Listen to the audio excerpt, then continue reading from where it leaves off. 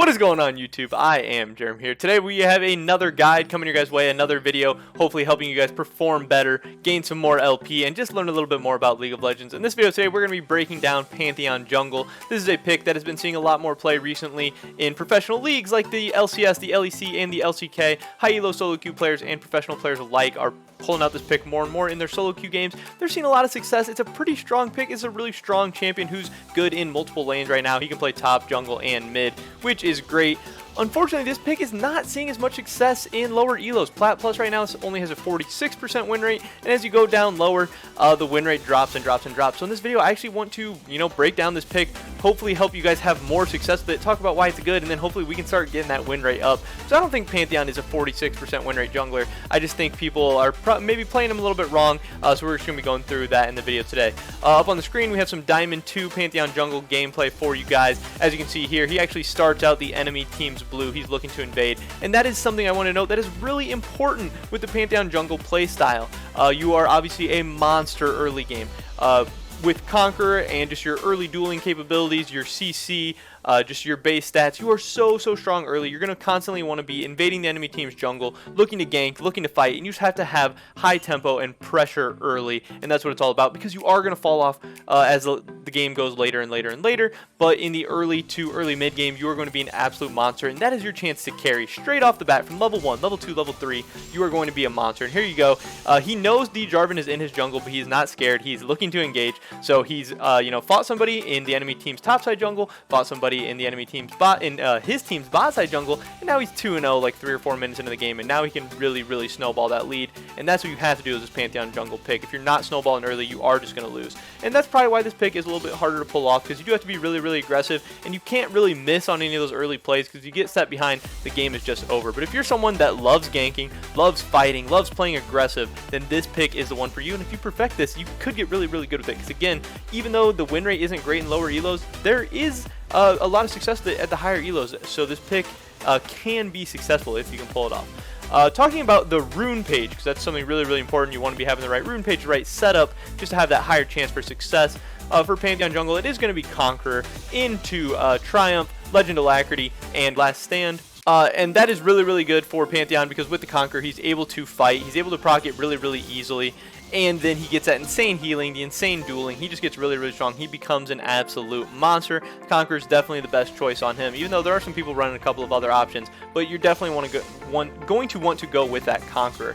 As far as the secondary page, you're going to want to be in Sorcery with Nimbus Cloak and Celerity. That's going to allow you to be super fast, super sticky, super annoying.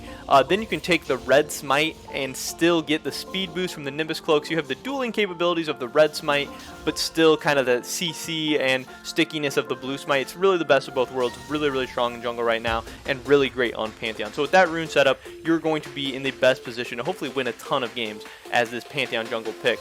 As far as the build, you are most of the time going to be going the Red Smite into the Warrior enchantment. You're going to be starting out with the Hunter's Talisman. Also, Pantheon actually does the AoE camps pretty well with the Hunter's Talisman, so definitely go that. And you're going to want to start on your red side, do your AoE camps, and then look for kind of like an early gank, or just fighting at the Scuttler if none of your lanes are gankable or have priority or whatever. That's also another thing. While you're invading and doing all this stuff, you definitely want to make sure your lanes have priority, and that can be another difficult thing to coordinate in the lower elos.